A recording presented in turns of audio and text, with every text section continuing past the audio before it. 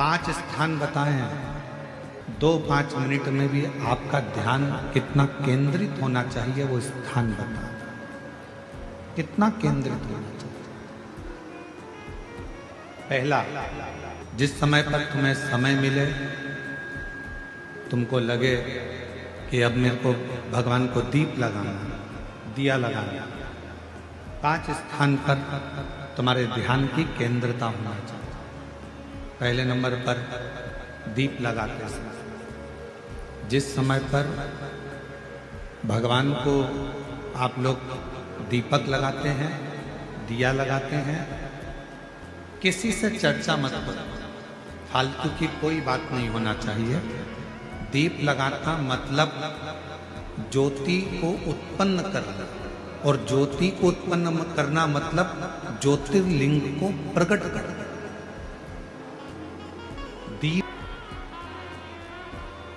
दीपक की जो ज्योति है वो ज्योतिर्लिंग का ही प्रतीक है, ज्योतिर्लिंग का। इसलिए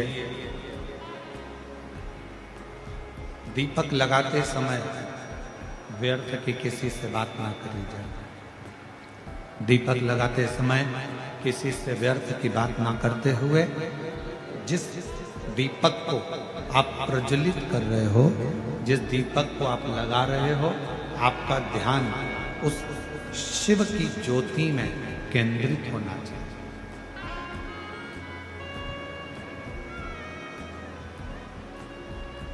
भगवान शंकर की ज्योति में आपका ध्यान केंद्रित, और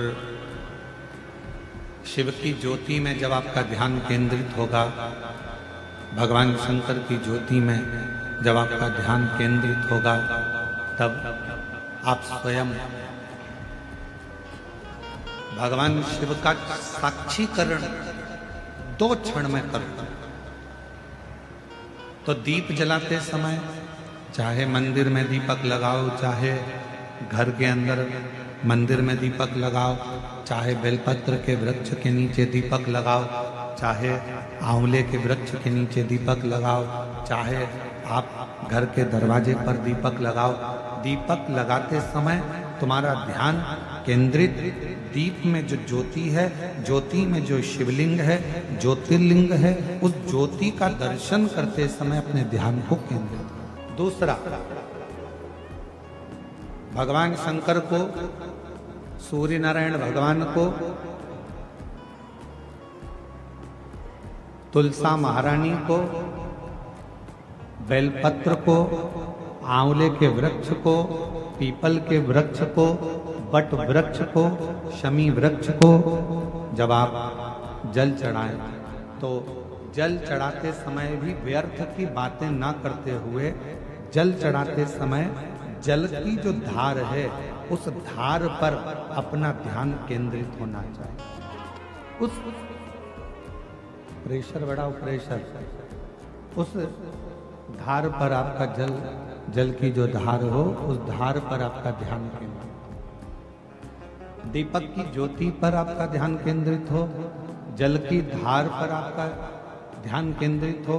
तीसरे नंबर पर कहा गया, तीसरा स्थान जो कहा गया, जब भगवान शंकर के मंदिर में, देवता के मंदिर में, देवालय में, शिवालय में जब आप भगवान को प्रणाम करने के लिए, नमन करने के लिए नीचे झुके हो, उस समय पर आपका ध्यान भगवान के चरणारविंद में केंद्रित होना चाहिए।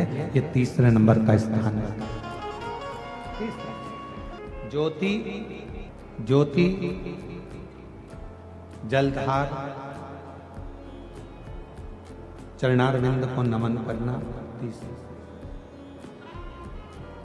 और चौथा स्थान बताया,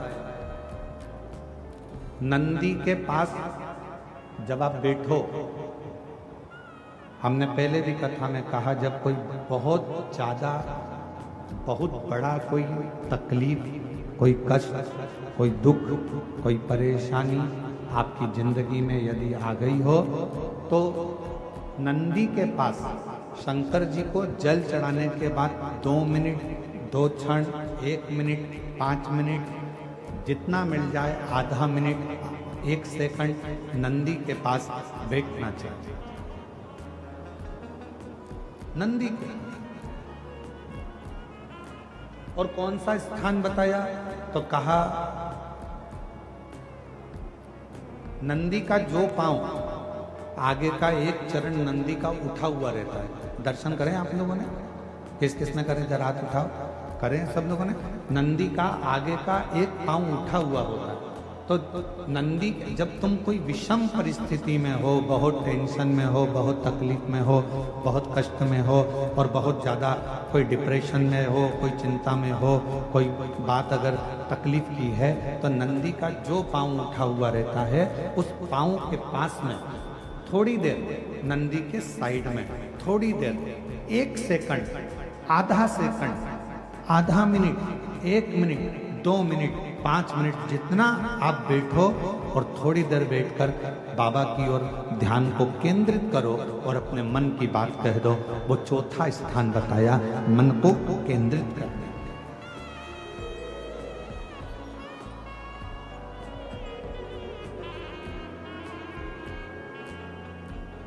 पांचवा स्थान,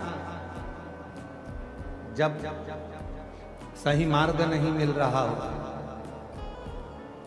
कोई सही रास्ता नहीं प्राप्त हो रहा हो, सही मार्ग नहीं मिल रहा हो, तो पांचवा स्थान, यदि मेरे महादेव के शिवलिंग के ऊपर जलाधारी लगी हो,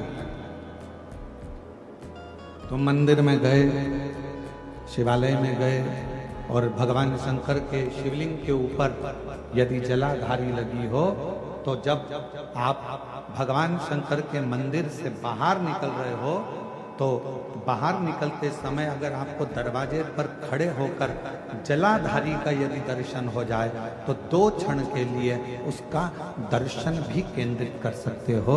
ये 5 स्थान ऐसे हैं जिन स्थान पर अपने भगवान के चरणारविंद को, भगवान के दर्शन को केंद्रित किया है।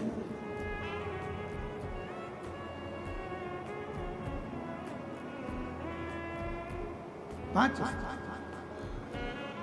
सभी लोग बोलेंगे साथ में। पहला, जम के बोलो जरा, जम के बोलो, आवाज नहीं आ रही है। दीपक की ज्योति। दूसरा, जम के बोलो जरा, जल की धार। तीसरा, चरणों को प्रणाम करना।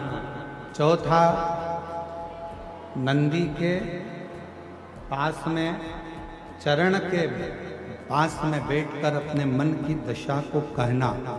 और 5वां, भगवान के ऊपर जो जलाधारी लगी होती है, उस जलाधारी का दर्शन कर कर फिर अपने घर 5